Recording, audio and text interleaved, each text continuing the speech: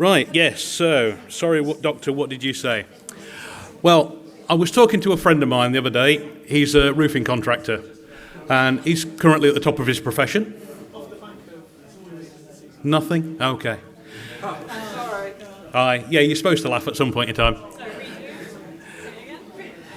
I was talking to a friend of mine, roofing contractor, top of his profession.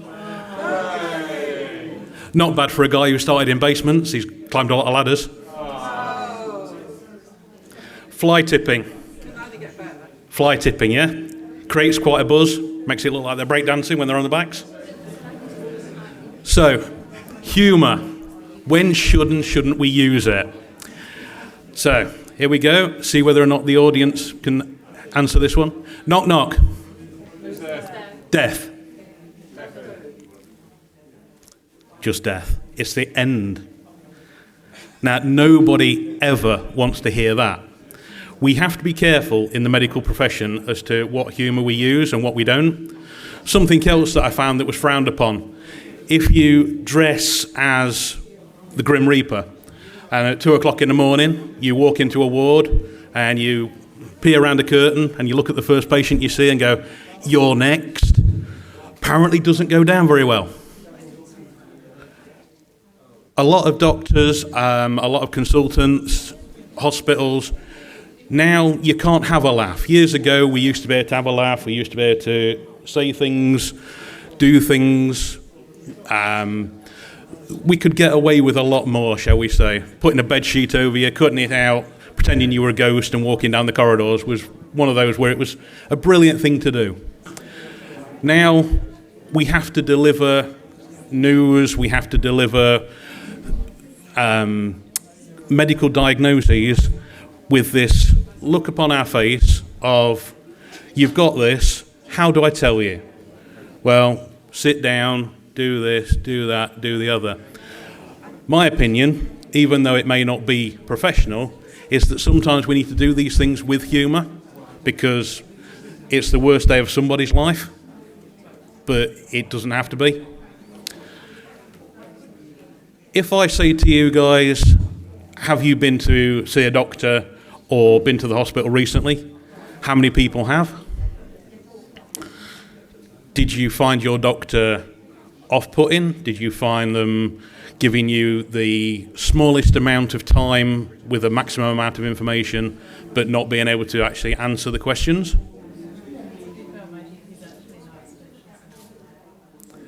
Five minutes to deliver whatever you've got wrong, and let's have a look at some of the procedures that you might have. Blood pressure. Blood pressure is always a good one. We've all got blood pressure, but what is blood pressure? I can go into the realms of your heart expands, it contracts, blood goes around your body, and at the end of the day, you get two sets of numbers, a big one and a little one. Heart pumping, heart at rest.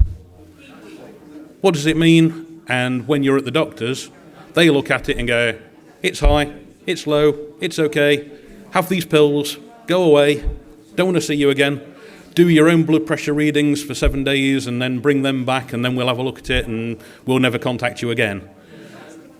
We tend to go a little bit further than that, and we will tell you what those readings are, why you have those readings, give you the time to absorb the information and then come back. It's the same with ECGs. ECGs, they're looking at your heart. And again, if you can actually get any treatment, the doctor will go, it looks all right. It's a number of squiggly lines. But we'll sit there, explain what those squiggly lines are, explain what they need to be. Have you got any changes? Is there anything lifestyle-wise that you can change? If not, why not? Etc. And give you that time. Doctor, yeah, there's the door. If you have any further problems, come back and see us, or don't. And if it's the don't part, then that's it. Blood tests. How many blood tests have you ever had? Probably quite a lot. And as soon as you get to the age of 40, 50, you're having at least one set of blood tests per year. They look at them, and you either get a text message or an email. yeah, these were in this particular set of numbers, or they weren't. You've had these tests, you don't know what they're for. Even if you ask, they'll give you a medical term, but they won't explain anything further, including how to do your life, how to progress with, if they tell you there's something wrong, what are you going to do about it? What's going to be the next step, the next stage? But everybody sits there and gives you these results with this blank look. They don't give you any emotion, any humour, anything, unless you're really lucky and you get that one doctor out of the million doctors that we've got who actually thinks that humour might be a better way of doing things. Yeah? If you have things that the doctors can no longer treat because we're no longer financially viable, don't forget, doctors, they're a business.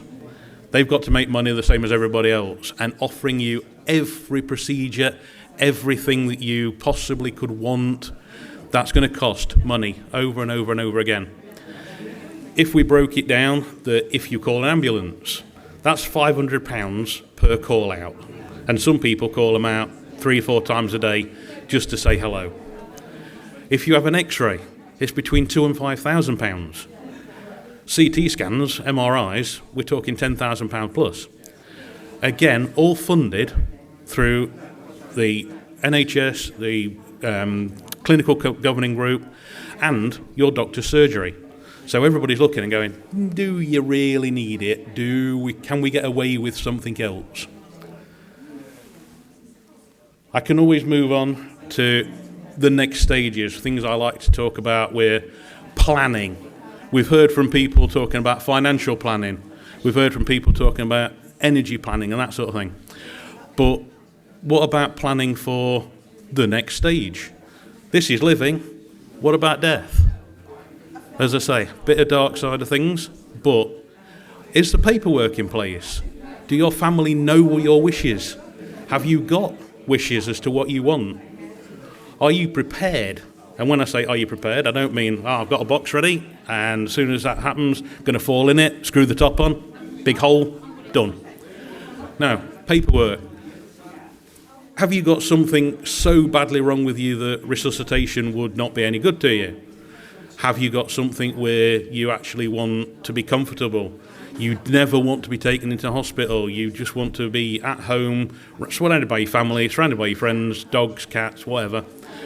Or do you prefer, I'll go to hospital so that I will be looked after by them 24/7? These decisions, these plans, they weigh heavy on people, but nobody ever looks at it in a way that they should, with humour. What do I need? What are my plans? How am I now?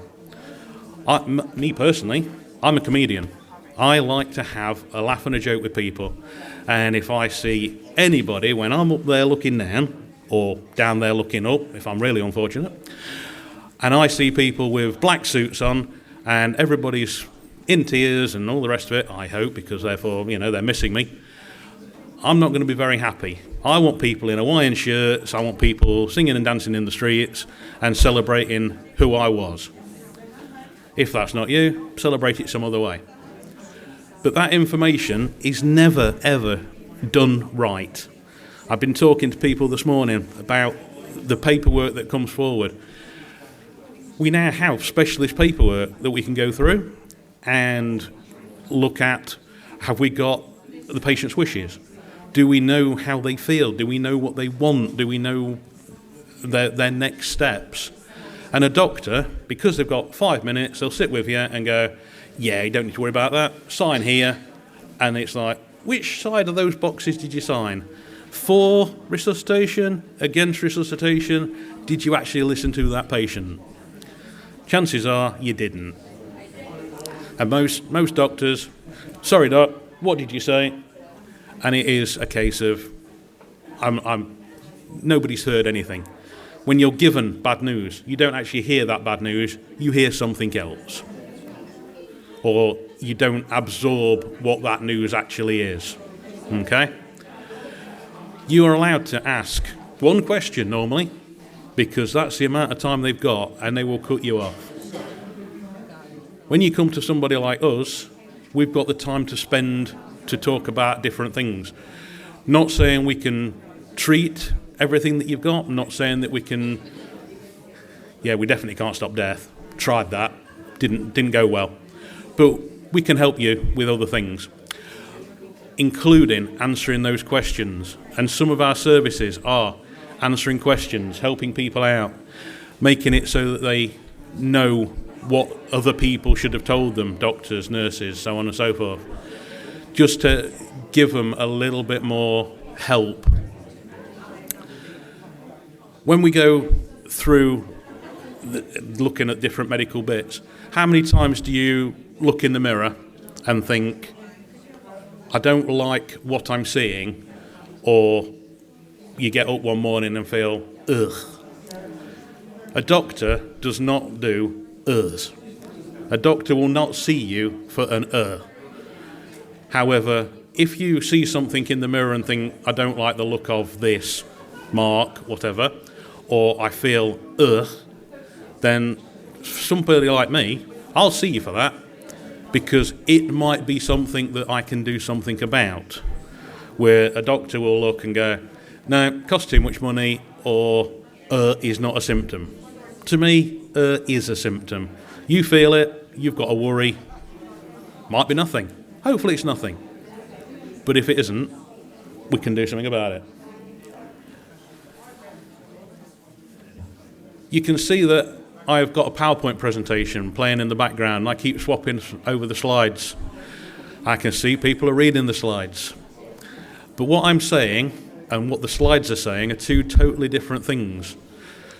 Because as per everybody else who's been talking to you, I am reprogramming your mind.